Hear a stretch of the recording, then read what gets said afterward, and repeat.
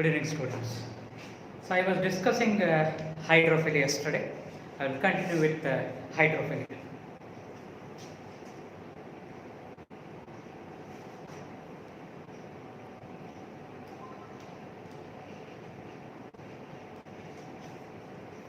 I told all the aquatic plants are not pollinated by water. All the aquatic plants are not pollinated by water. Majority of the aquatic plants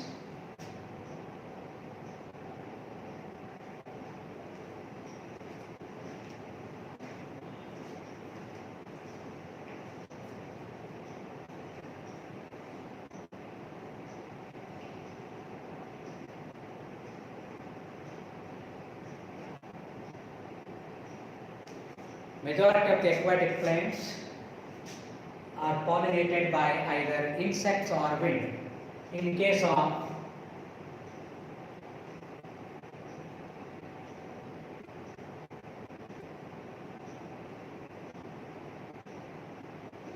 water hyacinth and water lily. So here all the aquatic plants are not pollinated by water. Majority of the aquatic plants are also dependent on other external agent. It can be insect or it can be wind. Some of the other examples which I will give, which are being pollinated by insect or water.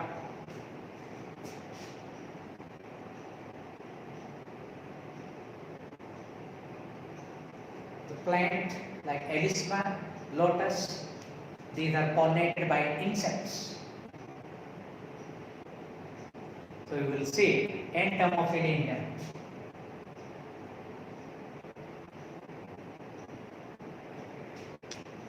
Then the plants like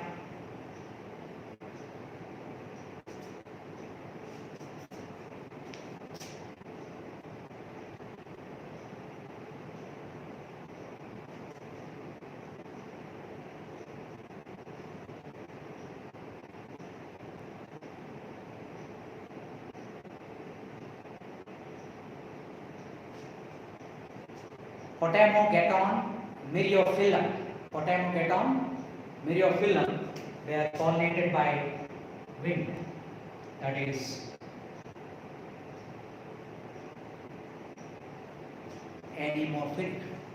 So these are the examples of plants which are pollinated by other agency, even though they are all aquatic plants.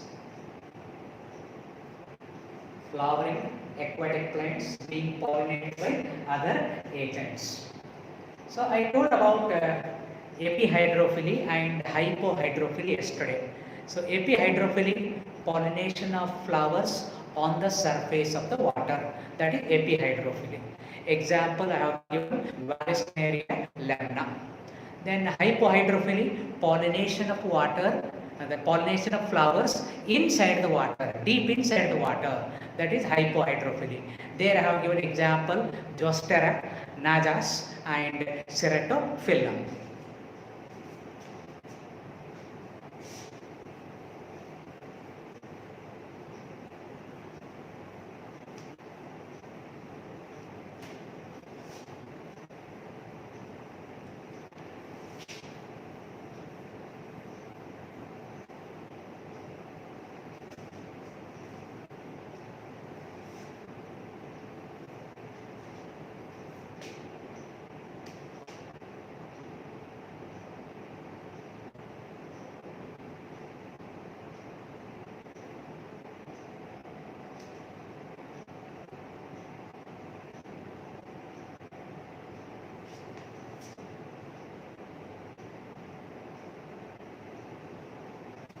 Vallisneria, it is called as a tape grass. So it is a good example of epihydrophilia. Actually it is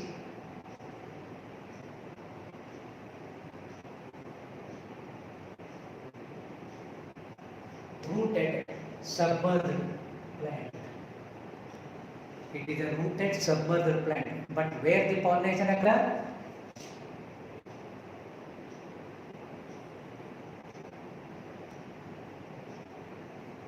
On the surface of water. So epihydrophilia occurs. This Vallisneria is a dioecious plant.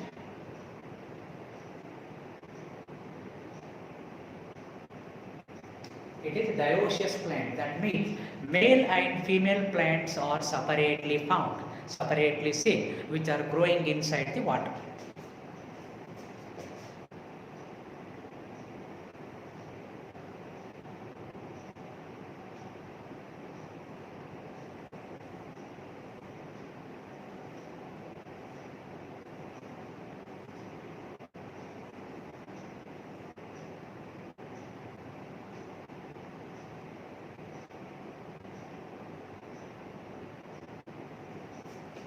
This is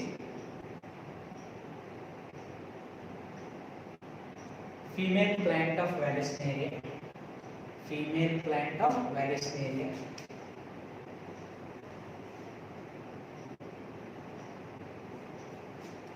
This is the surface layer of water. Surface layer of water. It is a rooted, flowering, submerged plant. Okay. So here, this female plant has flower. This is the flower. This flower has highly coiled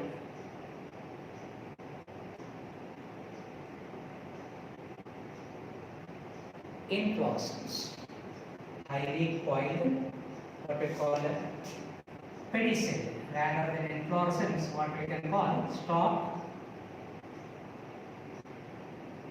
pedicel. The stalk of the flower is called as pedicel. Stalk of the flower is known as pedicel. So highly coiled pedicel will be there. When this flower is matured, when the female flower is matured, then this what we call the coiled pedicel will uncoil. The coiled pedicel will uncoil, and this female flower is going to come to the surface of the water.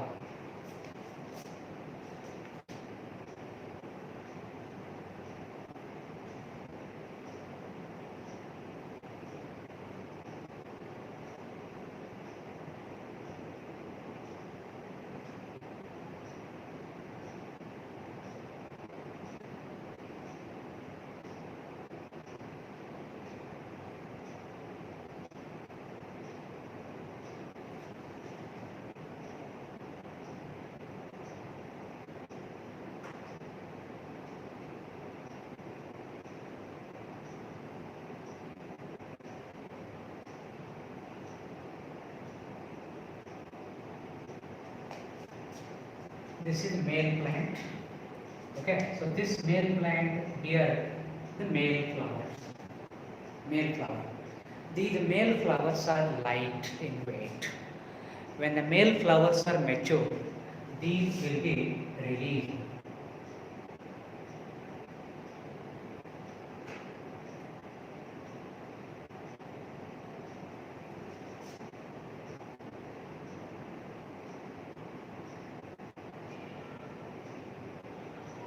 In the water. These will float on the surface of the water. The male flowers, when they are released from the inflorescence will be there. Usually here, spadix inflorescence will be there. Okay, the female flower and male flowers usually produced in spadix inflorescence, and these flowers, when they are released, the male flowers, which are lighter in weight, these starts floating on the surface of the water. They float on the surface of the water here. Along with the water current, they passively float on the surface of the water. Okay, along with the water current, they are passively floating, moving on the surface of the water. When the female flower is mature, when it is mature, I told, this highly coiled pedicel will uncoil and the pedicel will get elongated.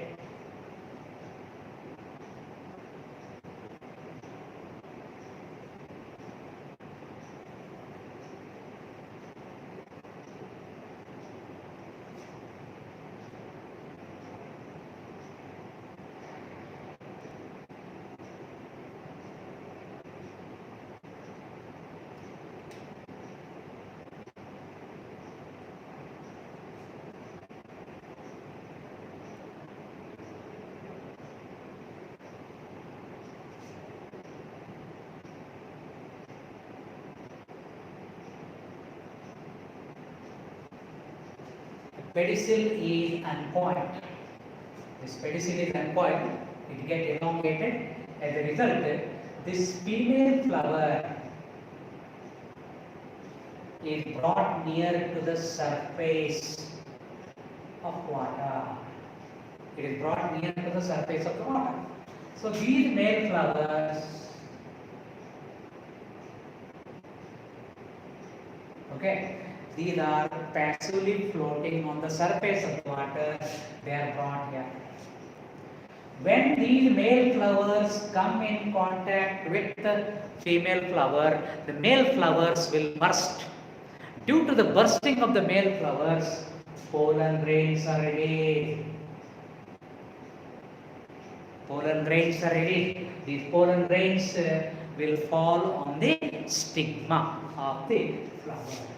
The pollen grains fall on the stigma of the flower, resulting into pollination, achieving pollination. So this is how pollination occur on the surface of the water in Vallisneria. It is a dioecious aquatic plant. Female plant and male plants are separately found. Okay, so this female flower which is produced, initially it will have highly coiled pedicel. As a result, flower will remain inside the water. When the female flower is matured, uncoiling of the pedicel will be there and it is brought near to the surface of the water. Okay, similarly, the male flower which are released from the spadix in portion, they are lighter in weight. These will come to the surface of the water, passive, along with the passive, what you call current of the water, along with the water current, these will be passively, what you call, moving on the surface of the water, and they reach what you call that female flower. The male flower will burst and release the pollen grain, and these pollen grains will fall on the stigma of that female flower, resulting into pollination. So this is the pollination of flower on the surface of the water. It is an example of epihydrophily. Remember. So this Vallisneria commonly called as tape grass. It is a submerged plant, but pollination occurs on the surface of the water. Then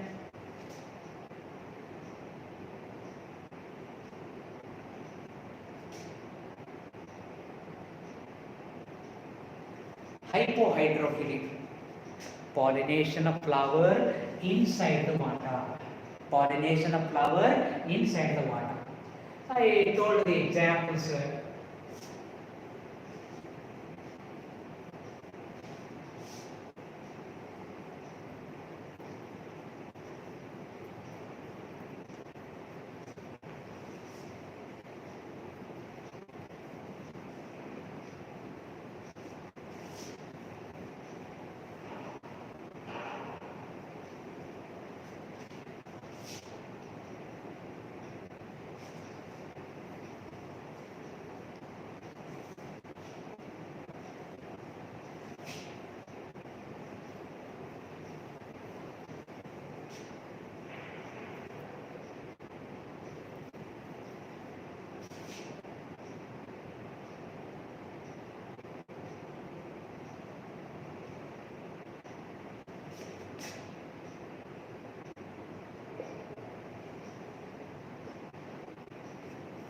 Pollination of flower inside the water.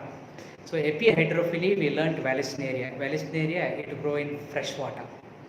Now, hypohydrophily, pollination of flower inside the water, within the water.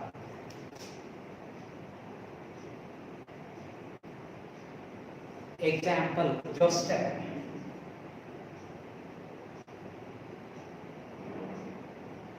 It is commonly called as seagrass. It is a marine plant. It is a marine plant. So here, in case of zoster, if this is the water, okay, the female plant which remain inside the water, the female flowers which remain inside the water, okay, then the male plant or the male flower will release the pollen grain. Female plant will be there inside the water having the female flowers. So the male plant will release the pollen grains. Okay, pollen grains usually in the hydrophilous flower. Okay, especially in submerged plants, submerged hydrophytes.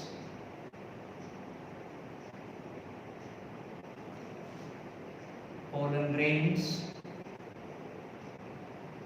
usually do not have exine.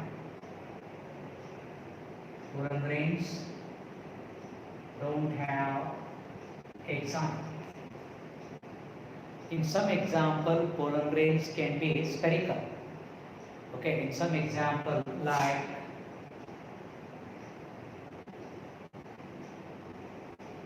Ceratophyllum, round or spherical. Pollen grains are round or spherical in shape, whereas zoster, it is also a submerged hydrophyte, hypohydrophily is seen. So here the pollen grain, which is usually do not has the exine layer, the pollen grains are what I call pollen grains are long ribbon-like. Remember, the pollen grains in Zostera, they are long ribbon-like. Okay, so these long ribbon-like pollen grains, they move passively inside the water. They move due to water movement. So these what happens, pollen grains, okay, they move inside the water, and when they come in contact with the female flower, okay, when it come in contact with female flower, that pollen grain will come and fall on the stigma. Usually sticky stigma will be there. Okay, so this pollen grain will come and fall on the sticky stigma of that female flower, resulting into pollination. So here the pollination occur inside the water, not on the surface, inside the water. So Zostera, it is a aquatic marine plant. Here it is commonly called as seagrass. The female flower which remain, the female plant which remain inside the water, the male plant which is going to produce what I call the pollen grains in Zostera. The pollen grains are long and ribbon-like. These pollen grains lighter in weight. Okay, they move along with water. Okay, passively along with the water they move and come and land on what I call the stigma, resulting into pollination. So this is about what I call the hypohydrophily example, that is zoster or seagrass, right? So this is all about hydrophily. So we learned the definition, then characters of hydrophilous flower and types of hydrophily with example. Remember, majority of the aquatic plant, they are pollinated by what I call insect or wind, similar to land plants. How in land plants insect and wind are the agents which are involved in pollination. So similarly here also in some of the aquatic plants which I mentioned, water hyacinth, water lily, lotus, elisma, potamogeton, okay, myriophyllum, their other agents can be involved in pollination. So this you have to remember, and the shape of the pollen grain in zoster, long ribbon like, okay, that you have to remember.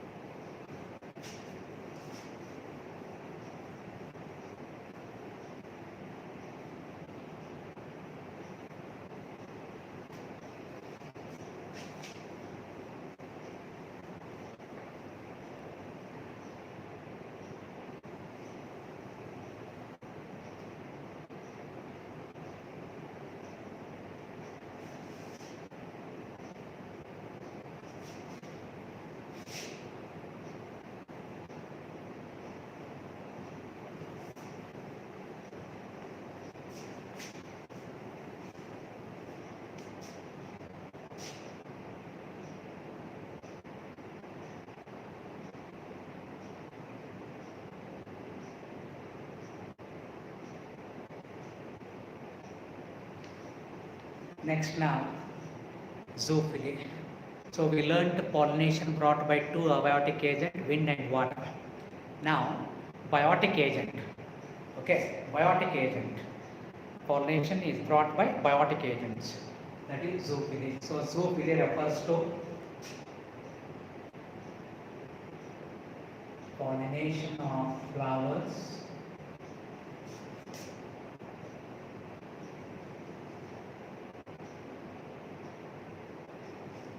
by animals. Pollination of flowers by animals is known as zoophily.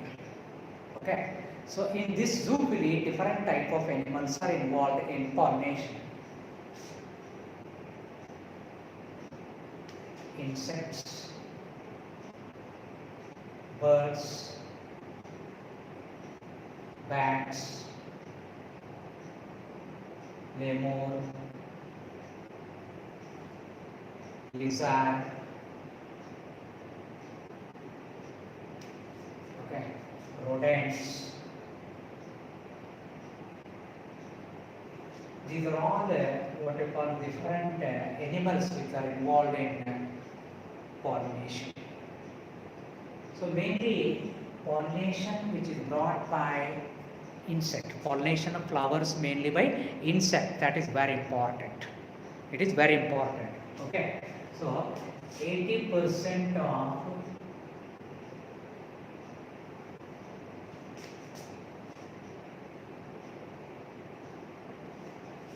flowering plants, 80% of the flowering plants are being pollinated mainly by the insects. So this is very important. Okay, among the biotic agent, pollination of flowers brought by insect is very important. Commercially it is important because several of commercial crops, they are being pollinated by the insects, right? So you have even the snails, you have snakes also. Different biotic agents, can be involved. So one by one, mainly we will discuss about the pollination of flower by insects.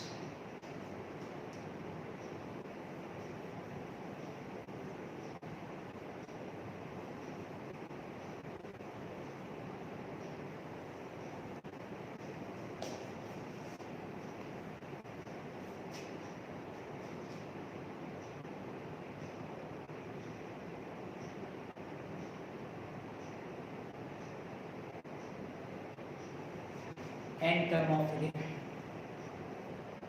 Pollination of flowers by insect is known as entomophily.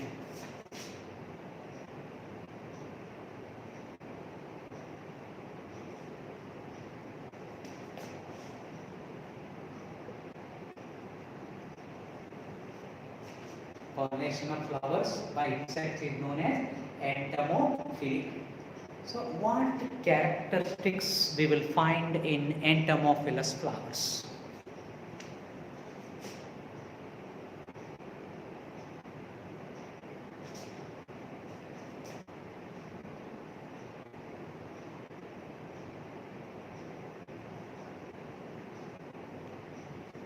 Characters of insect pollinated flowers or entomophilous flowers.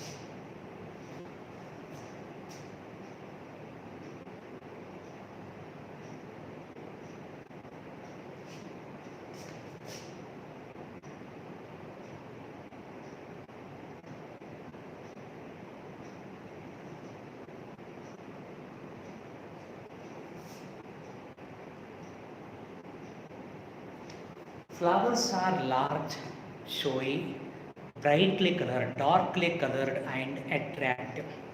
So they are having different colors. Because of this different color, they are going to attract, these flowers are going to attract the insects. So here, normally petals will be colored. Petals of the flowers will be colored. Okay. Here, different insects are there which are involved in pollination. These different insects mainly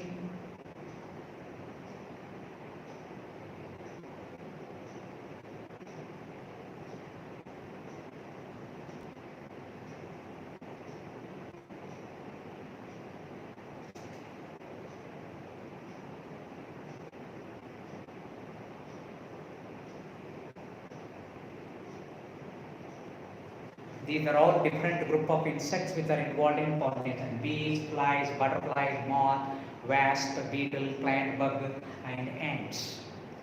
Among the different insects,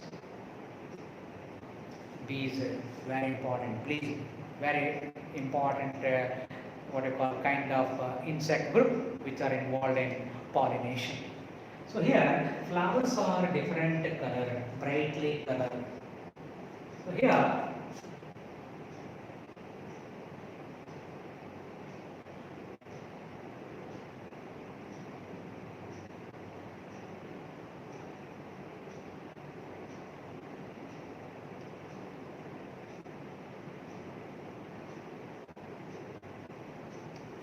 the flowers can be bluish or blue color, purplish, violet, yellow color, mainly to attract bees.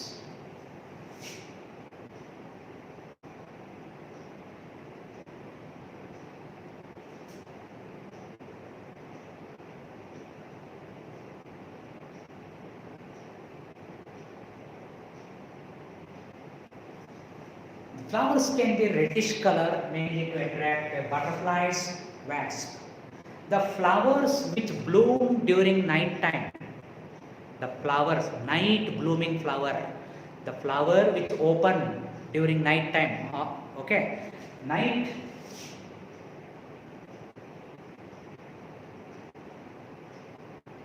blooming flowers, night opening flowers are usually white. Night opening flowers are usually white. So usually petals are colorless red. Sometimes other parts of the flower can be colored attractive to attract the pollinating agents.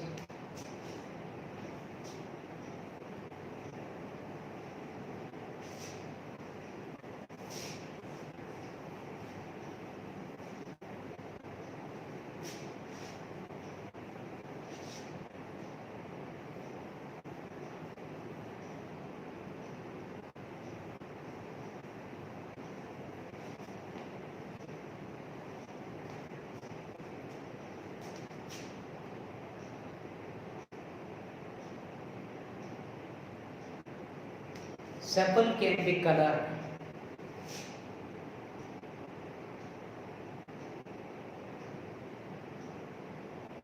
In a plant like wild musanda, one of the sepal, out of the 5 sepals, one of the sepal is colored to attract the insects. Associated structures of the flower.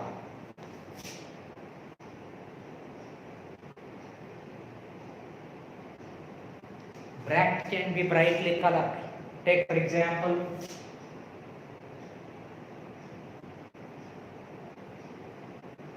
paper flower, that is bougainvillea.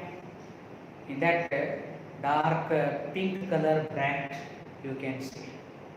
Cluster of bracts are there which are colored. Cluster of bract, what we call involucre. Involucre or cluster of bracts are colored. In example, poinsettia, Poinsettia pulcherrima, or what you call Euphorbia pulcherrima. So bract can be colored or sepal can be colored. Usually the petals are colored. The different color meant for attracting different group of insects.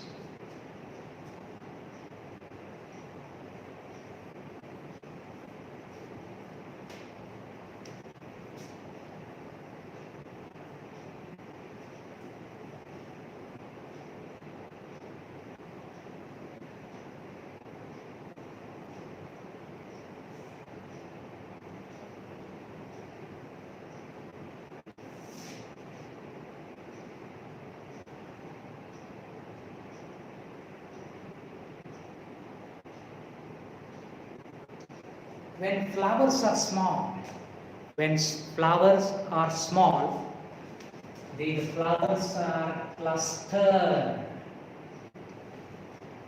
All the small sized flowers are clustered to form inflorescence. All the small sized flowers are clustered or grouped together to form inflorescence, and it becomes more conspicuous, visible.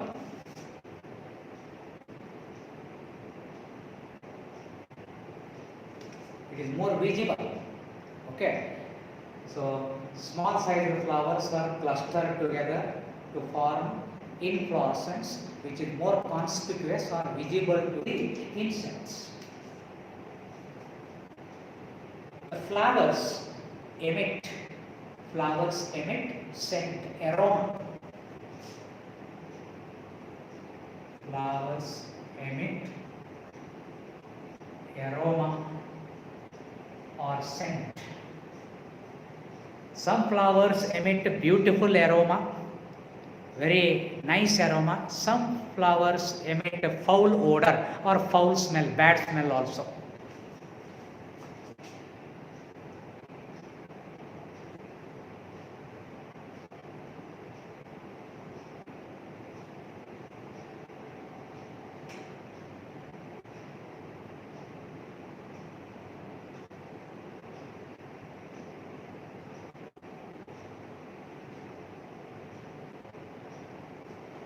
The flowers of Nyctanthus, jasmine, night queen, that is Cestrum nocturnum, they have very nice aroma, very beautiful smell. Nyctanthus, ಪಾರಿಜಾತವು ಅಂತ Kannada, ಪಾರಿಜಾತವು, jasmine, ಮಲ್ಲಿಗೆ, night queen, ರಾತ್ಕಿರಾಣಿ, that is Cestrum nocturnum, they emit beautiful smells. Some flowers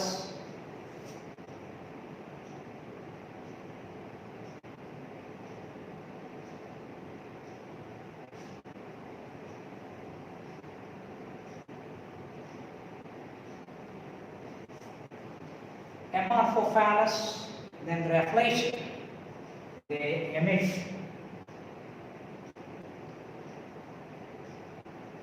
foul odor, bad smell. Some of the insects are attracted by bad smell.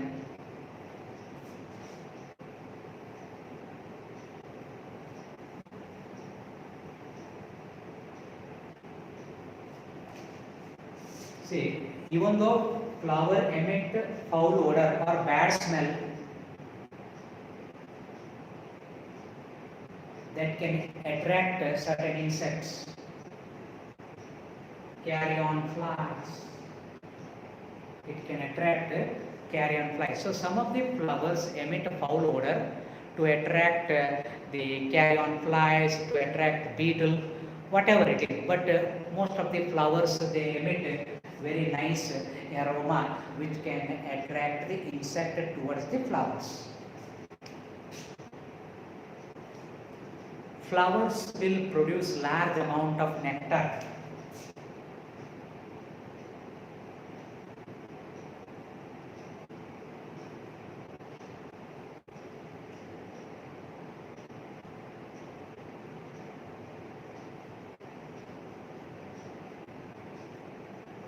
Flowers will produce large amount of nectar. Nectar is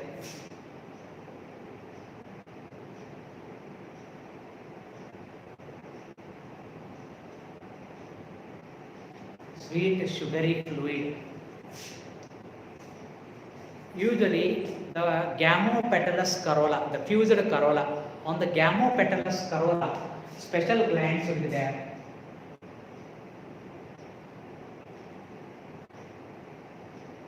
On the gamopetalous corolla, nectary glands will be there. Fused corolla tube will be there. No? On that, nectary glands will be there. This nectary gland will produce nectar, that is sweet, sugary fluid or syrup. That fluid, insects to suck this fluid can frequently visit the flowers.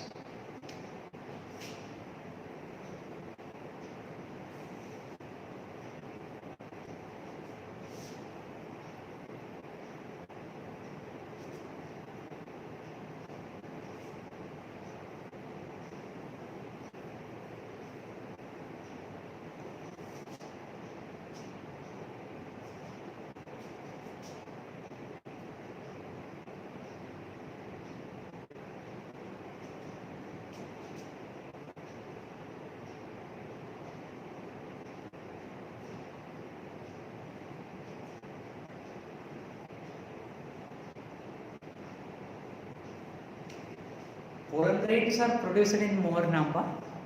Pollen grains are produced in more number and they are sticky due to the presence of pollen kit. Pollen kit is produced by secretory tapetum, glandular tapetum. So yellow is sticky covering around the exine layer in insect pollinated flower. Pollen grain, that is pollen kit. So due to the presence of pollen kit, these pollen grains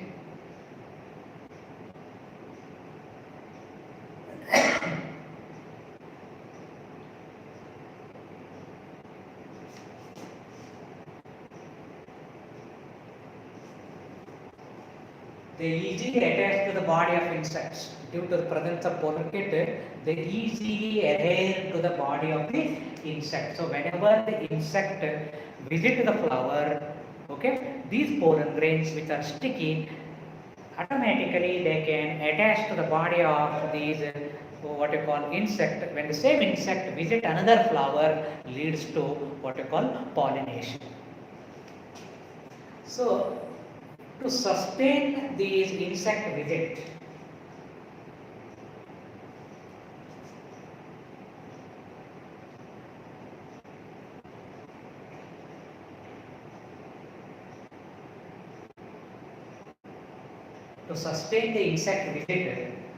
flowers will provide rewards, what we call floral rewards. Floral rewards can be provided. What are the floral rewards? One, nectar. One is nectar. Many of the insects visit the flower to suck that nectar. Okay. Then pollen grains. Many flowers, pollen grains can be edible. So pollen grains serve as a food to the insect. So whenever the insect visits the flower, flower is in turn going to provide the rewards, floral rewards in the form of nectar, pollen grain. So to get nectar or pollen grain, insects will visit the flower frequently. Because of presence of the pollen kit, these pollen grain easily attach on the body surface of the insect. When the same insect fly and land on the stigma of another flower, leads to pollination. So here stigma is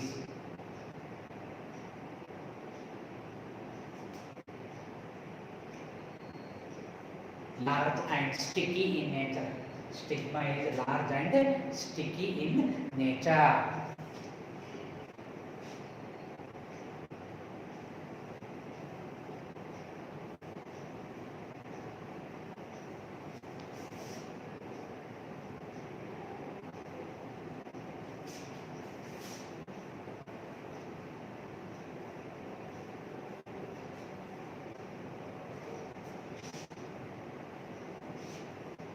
See, many insects will visit the flower mainly to get these rewards. Other than these rewards, some of the insects will visit the flower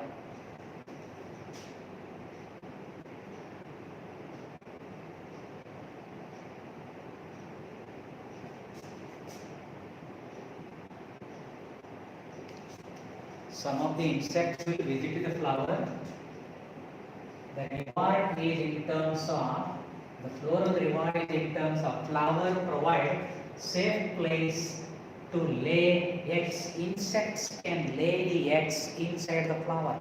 So in some example, flowers can be larger in size and having a deep gamopetalous fused corolla tube that can be what you call a safe, warm place for laying of eggs by the insect. That's why these insects to lay the eggs in that what you call flower, they can visit the flower. Take for example,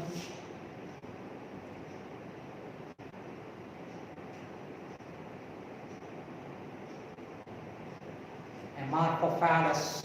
It is one of the tallest flower, very long. Okay, 6 feet height,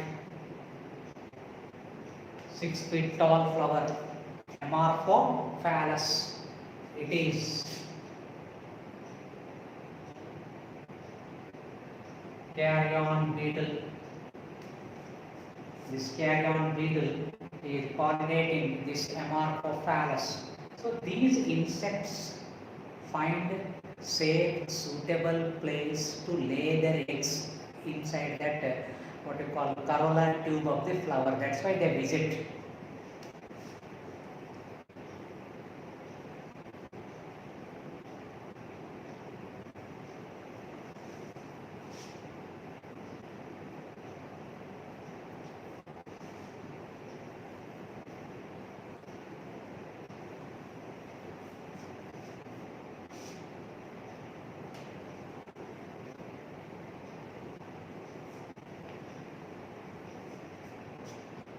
There is another example.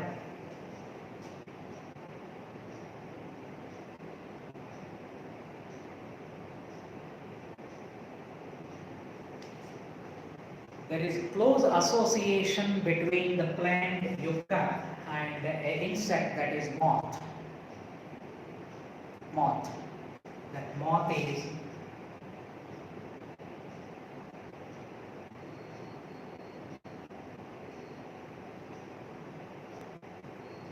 Pronuba eucacella, this moth. So the flower of yucca is pollinated by this moth. Both are very closely associated with each other, kind of symbiotic association we can tell, in the absence of which they cannot complete their life cycle. So both are very closely associated with each other. In the absence of an individual partner, they cannot complete their life cycle. So such much close association will be there. This Pronuba eucacella, that is moth, what it will do? The flower in the region of ovary, the flower where it contains ovary, it punctures a hole.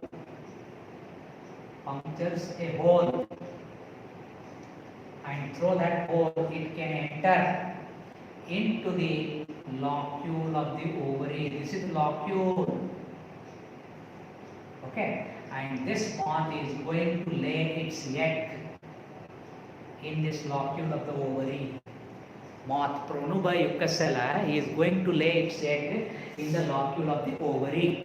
And this insect can creep through style, okay, and it can come and it can carry that pollen grain, it can carry that pollen ball and can land on the that stigma, lobed stigma, on the sticky stigma. So this is how this moth Pronuba eucacella, it not only lays its egg in the locule of the ovary as a safe place, it is a safe shelter for the insect to lay its egg in the locule of the ovary, and also it can bring what we call pollination. The larvae of moth comes out of the egg as the seeds start developing. The larvae, so eggs will be laid in the locule of the ovary. The larvae of moth, this is the moth insect, comes out of the eggs, okay, as seeds start developing. So after fertilization, seeds will be developed inside that what we call the ovary. So these small developing seeds can serve and food to the larvae of moth.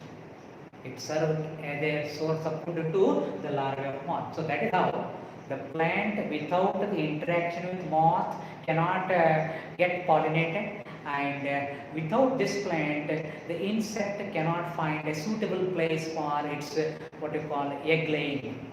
Okay, so that is how there is a close association between these two, that is yucca plant and moth. So the floral reward can be the safe place for the laying of eggs by the insects, other than the normal floral rewards like what you call that is nectar or pollen grain, which serve as source of food to the insects.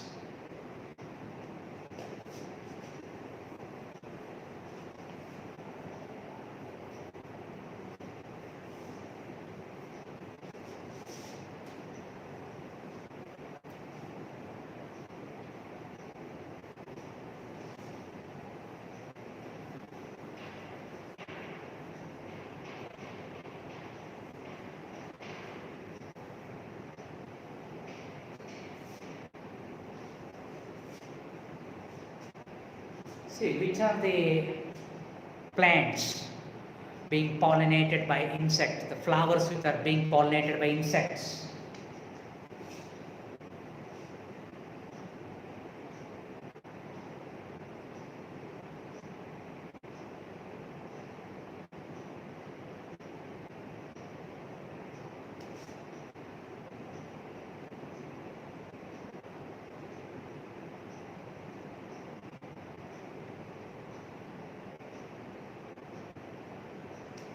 So these are some of the examples: apple, pear, melon, cucurbita, rose, citrus, sunflower, okay, salvia. These are some of the plants which are all pollinated by insects. There are other examples.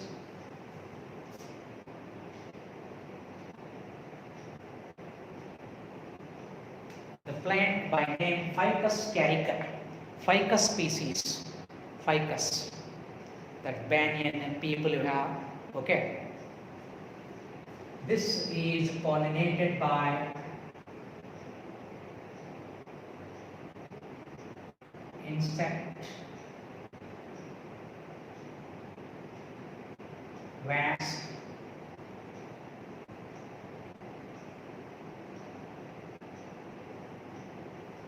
by name Blastophaga. Blastophaga will pollinate the flowers of this Ficus carica. It produces inflorescence. Okay, in that inflorescence, these wasps will pollinate. Then you have another example.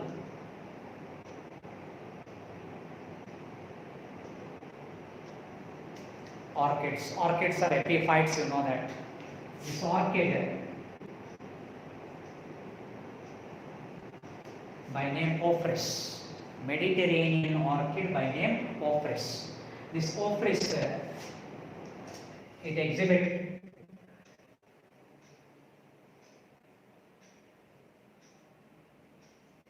pseudocopulation. It exhibits pseudocopulation. It deceives what you call the male bee to get pollinated. So it is an example of pseudocopulation.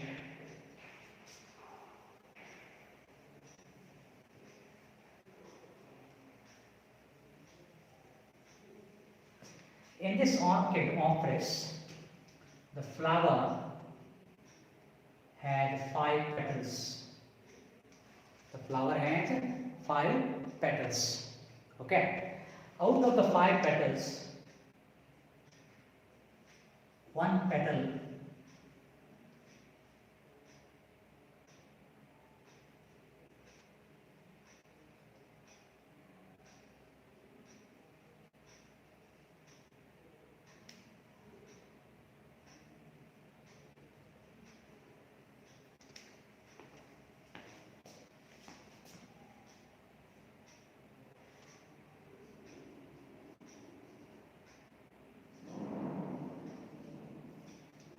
this Ophrys is pollinated by the insect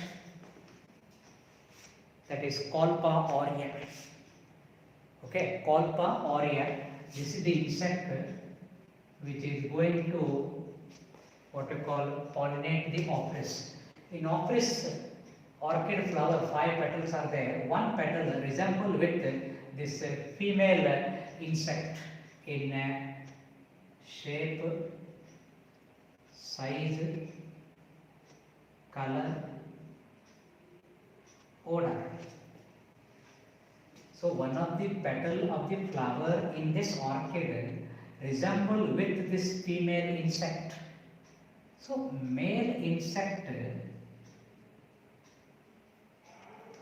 think that female insect is sitting on this flower. Okay, a large like this flower will be there. One of the petal, it resembles the shape of what you call the female bee, what we call insect, female bee like, okay, bumblebee or female bee, right? So here the male insect will think that female bee is sitting on that flower. So this plant will deceive the male Colpa aurea insect, and it will go and sit on that flower thinking that female bee or female insect is sitting on that. So it will not be female insect, it will be petal. It will be petal. So when the same male insect visit another flower, it leads to transfer of pollen grain. So that is how, by pseudo-compilation, by deceiving the male insect, this flower get pollinated. So this is how different kind of mechanisms we can see where the flowers can get pollinated with insects.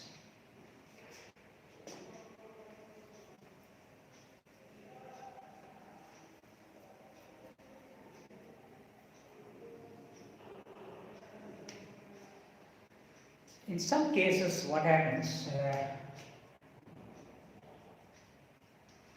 insects will visit the flower. Insect will visit the flower, they suck the nectar. They suck the nectar without bringing the pollination. Insects will visit the flower, okay, and they suck the nectar, they feed on pollen grain, they eat pollen grain, but they don't bring the pollination, they don't carry out pollination. Okay, Diamopetalous corolla will be there in that flower.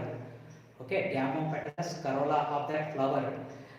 That structure of the flower may not be ideal for what you call these insects, so that they can bring what you call pollination. So the bottom of the corolla tube, see if this is the corolla tube, the bottom of the corolla tube, they can make a hole and they can enter, and they can what you call directly enter in the bottom region of the flower, and they suck the nectar and they feed on the pollen grain, okay, directly passing these different whorls of the flower without bringing pollination. So such insects are called as pollen robbers. They don't bring pollination, but they eat the floral rewards in the form of pollen grain or nectar. Pollen robbers, or they are called as nectar robbers. Pollen robbers or nectar robbers. Okay, so these flowers are sturdy. The flowers are sturdy means the flowers are comparatively able to bear the weight of the insects. Strong. Flowers are strong. When the insect land on the flower, they can bear the weight of the flower. That's why they are sturdy. So insect pollinated pollen grains, they have pollen kit that help in attachment of the pollen grain to the insect body, and these insects, when they fly and reach another flower, another that is stigma, that result in pollination. So remember one mark, very important, pollen grabber or nectar robbers, and characteristics of entomophilous flowers, insect pollinated flowers. This is for 2 mark, very important. Characteristic of anemophilous flower, wind pollinated flower, that is also 2 mark, very important.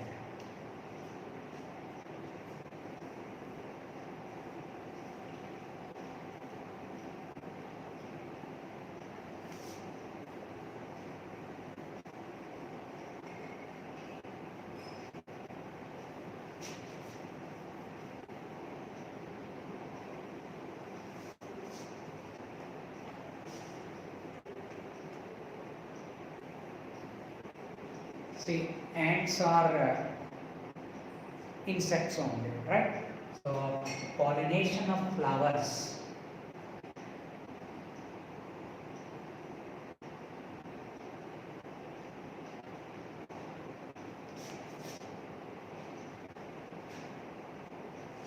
By insects. This you call it as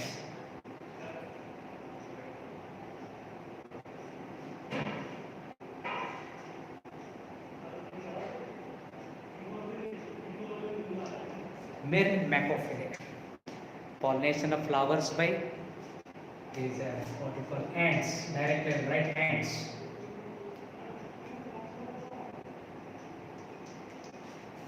Pollination of flowers by ants, that we call it a myrmecophily. So ants involved in pollination. Mango, lychee,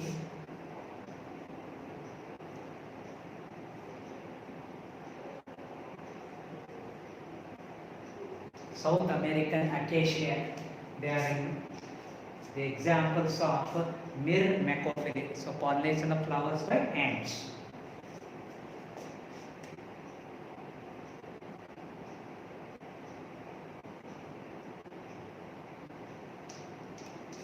Ornithophily.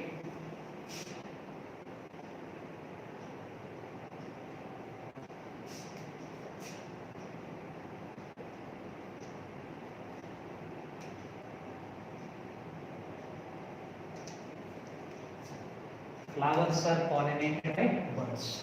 Pollination of flower by birds is known as ornithophilia. Ornithology is study of what we call birds. Then myrmecology, that is study of ants. We know that.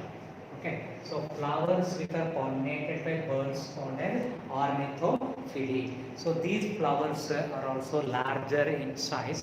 The flowers are larger and sturdier. Okay, they bear the weight of these birds.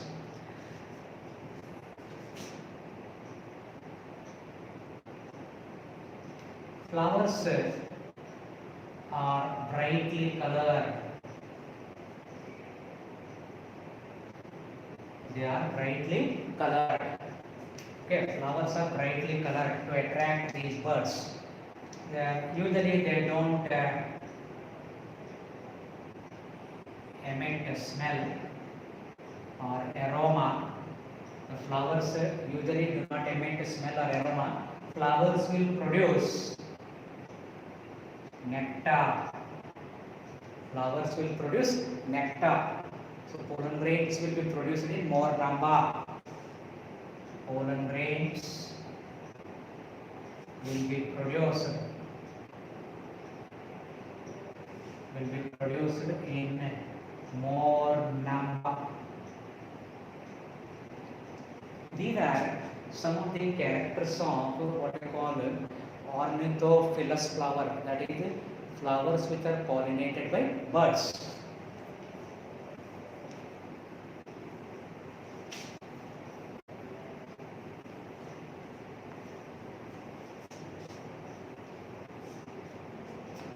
Which are the common birds they pollinate the flowers?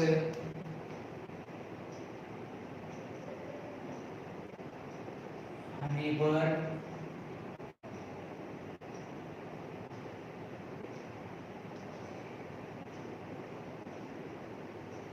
hummingbird, sunbird, okay, other birds.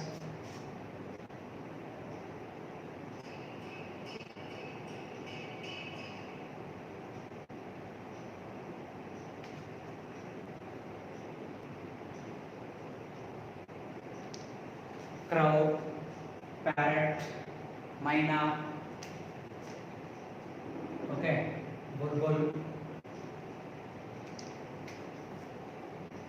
These are all other birds which are involved in pollination. So the plants which are pollinated by the birds, example, which are the plants?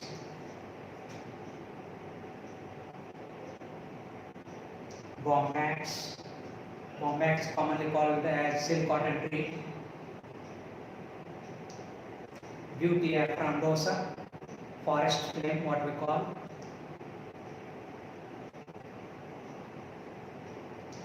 Callistemon lanceolatus, that is bottle brush.